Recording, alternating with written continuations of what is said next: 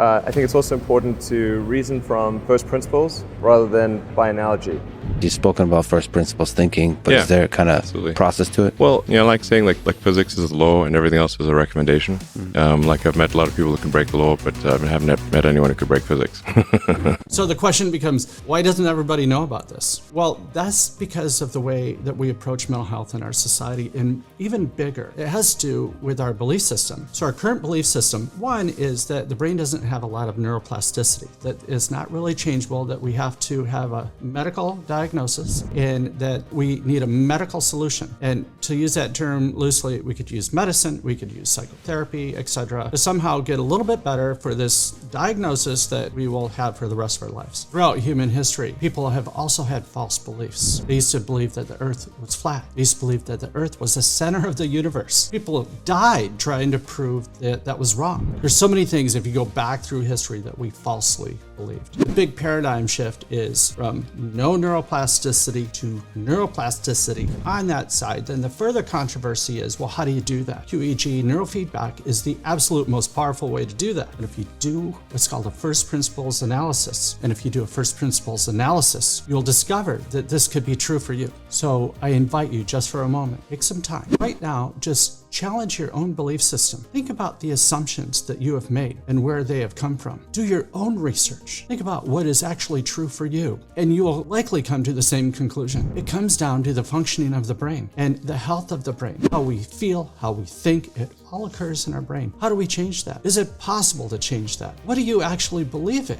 What do you believe your child could do? Most parents know deep inside what's actually in their children. And if there were only just a method that they could reach deep down, deep within to change that, that would be amazing. That's what this is. This is the opportunity for you or your child or somebody you love to actually learn how to use your brain more efficiently, higher functioning, to feel better and do better and have a better quality of life, have this different trajectory, to end up in a different place, one that's in alignment with your true passion and your true gifts in life, without the barriers that are binding you from doing that. Is nothing short of amazing. The method isn't what's amazing. What's amazing is that we can use this method to tap into our own resources. You are what's amazing. Your child is what is amazing, or the loved one that is doing this. But if you told this to, that you have informed them about this amazing method for them to help themselves get better. This isn't doing anything to you. It's providing an opportunity for you to use your own resources to get better, just like you would with exercise, running, lifting weights,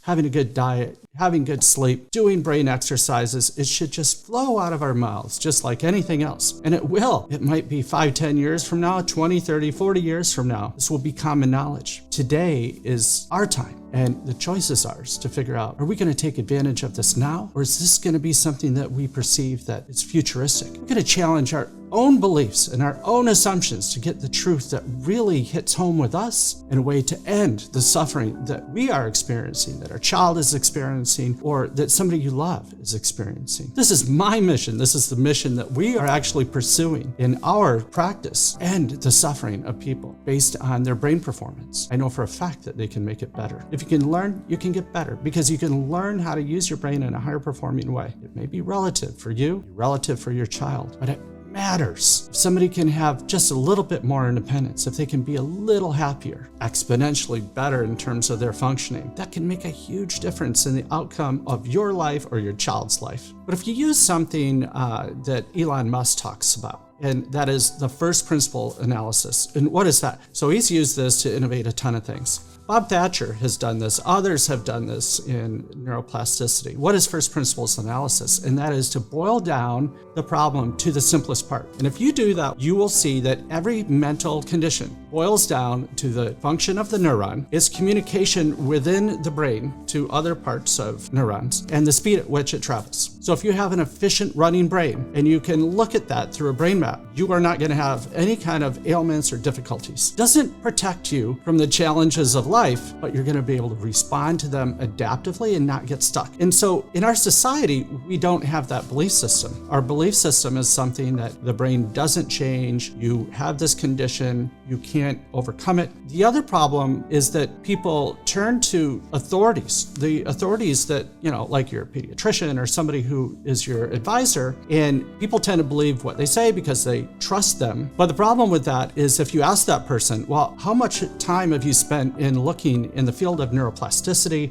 or EEG biofeedback in particular? Have you ever done a brain map? Have you ever looked at the brain maps of your own clients, your own patients? What do they look like? What do they look like before and after treatment? Are those things correlated? Because if they did, they would actually tell you, well, actually, I haven't seen a brain that's functioning within normal limits that has difficulties, not everyday life difficulties, but functional difficulties, depression, ADHD, autism, anxiety, and maps that are not quite normal have opportunities, right, for change. So whether or not it's an ailment that gets a diagnosis based on this categorical system that we have in our society, it's not continuous, it's categorical. You cross this fictional line that's made up by psychiatry and psychology, and you have this thing, and then you need a medical type of intervention to get better. Rather, if you look at the brain and you look at its functioning and you see the improvements that it could make, just like, maybe you wanted to run faster or jump higher or hit your 3-point shot in a basketball game, you would exercise or you would use that part of your brain to get better at a musical instrument. And guess what? It changes. That's neuroplasticity. If you believe you can actually get better at tennis, better at basketball, better at music, better at foreign languages, then you believe in some aspect about the power of neuroplasticity. Now, if you can boil it down to the simplest part and change the efficiency in which your brain is running, then you can have a more effortless life, a life that is more consistent with your true gifts and talents, and a life that is meaningful, that you can have fewer barriers or erase the barriers so you can live your life's purpose. That's what this is all about. So if we throw all those things out to the extent that we can, and we can actually think about improving the brain, no matter who you are. I've worked with children with Down syndrome. I've worked with elders with dementia, everybody in between with stroke, loss of language, traumatic brain injury, ADHD, autism. If you can learn, you can get better. What's super critical to get as well is there doesn't have to be a diagnosis for you to use your brain more efficiently. We know this with the body, right? So we exercise to get in better shape, to get healthier, to prevent disease, to live longer, better quality of life. You can exercise the brain in the same way. When you do a series of neurofeedback sessions for 25 minutes, it's as though you did 3,000 push-ups, specific push-ups, the ones that you need to improve your life. So you don't need a diagnosis of ADHD or autism or traumatic brain injury. You just want to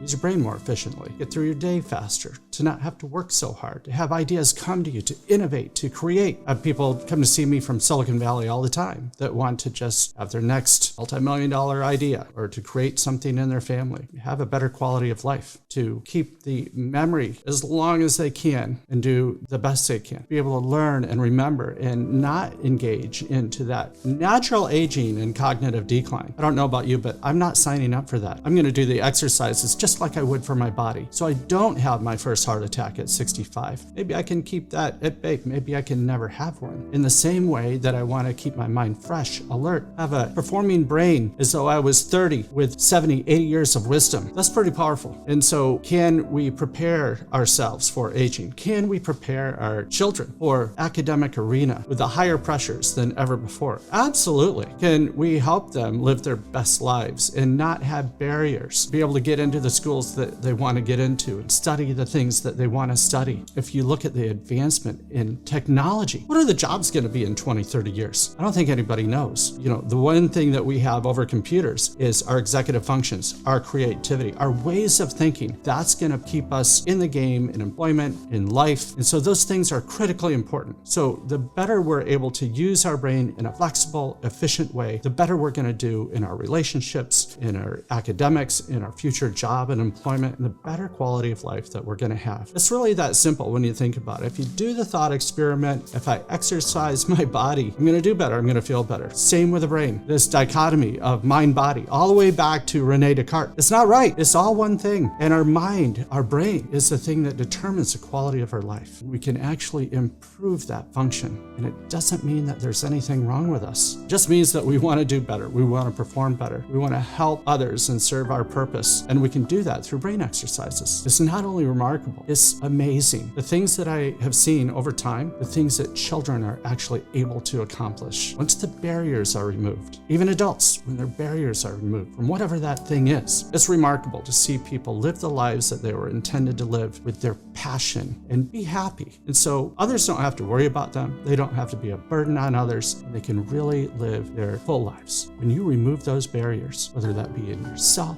or your child, and those around them who really care and love them, watch them flourish, blossom, and develop. There's no bigger gift to oneself or to somebody you love than to see that happen. I've seen this through hundreds and thousands of clients that we've worked with. It's just nothing short of amazing. And at the same time, we should expect this. With the advancement of technology, we should be able to expect that we can affect our biology, our body and our brain, and actually get exponentially better to transform our lives, to change the trajectory of where we're headed. It's not only possible, but I observe this on a weekly basis with the clients that we work with the clients that my colleagues work with. This is happening all over the world. And if you're interested, I highly recommend that you look into it. Do the first principles analysis all by yourself. Look into it all through yourself and see what you believe and see what fits for you. If this is something that would fit for you and you think you want to give it a shot, you owe it to yourself to try it out. And guess what? I've not seen one client over the course of doing this for more than a decade that couldn't learn. They could learn. And just like an exercise program, you have to stick with it. You can't show up to the gym once or twice. With neuroplasticity, you got to stick with it. You got to do it for a prescribed amount of time. Your brain will change. It will actually get better and you can make improvements. Whether or not you cross that fictional line that takes you out of diagnosis or not should be irrelevant. And whether or not you even have a diagnosis, if you want to improve the quality of your life, then you can actually use a brain exercise system to get better. So it's silly to think that we can improve the muscles in our body, the quickness of our running speed, but we can't do that with our brain. Of course we can. We're going to school, do a thought experiment. We're out in the middle of the woods. We don't talk to anybody and we have this impoverished environment versus these amazing schools that we send our children to or adults go to college. You're expanding your brain more than ever before. When you look at the Flynn effect, it's the increase in IQ over time, and that's because of the exposure to all these technologies. They actually have to recalibrate IQ tests because people keep getting smarter and smarter and smarter. So even in the scientific literature, it's right before our eyes to see. That's why it's the belief system, unfortunately. And for those people who have found that this is something that would work for them because either the pain got great enough and they were lucky to find a provider that does neurofeedback, or their neighbor did and they said, hey, you got to go do this thing for your child because we did, or you got to, maybe an adult overcame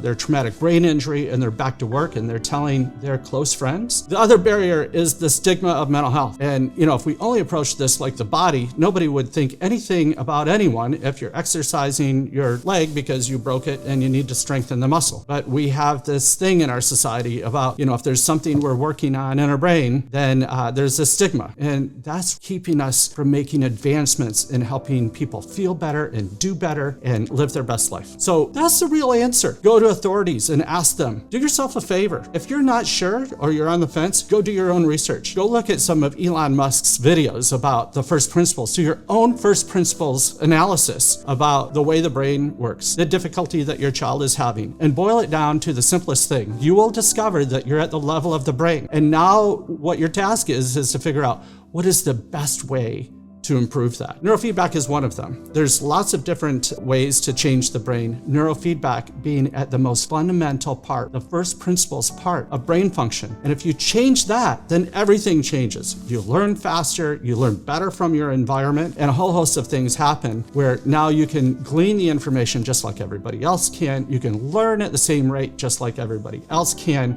and you can be exponentially better and transform your life by overcoming that little thing that was kind of keeping you back, holding you back. It's like Michael Phelps, he's got the Olympic swimsuit on, total streamline. They shave their entire body, but you're in your street clothes and it's dragging you back. You got to get rid of the drag so the race is even, and you, relative to yourself, can be the best version of yourself and live your best life, or your child could live their best life. That's all this is about. It's not about, being better than the next person or trying to get the advantage. We just want to be consistent with ourselves, because when you're consistent with yourself and you can live your life's dream and your life passion, everything else goes away. You find your passion, you never have to work another day in your life again, and you're going to have struggles in life, but those struggles make you grow. They shouldn't be so painful that they're giving you barriers and holding you back.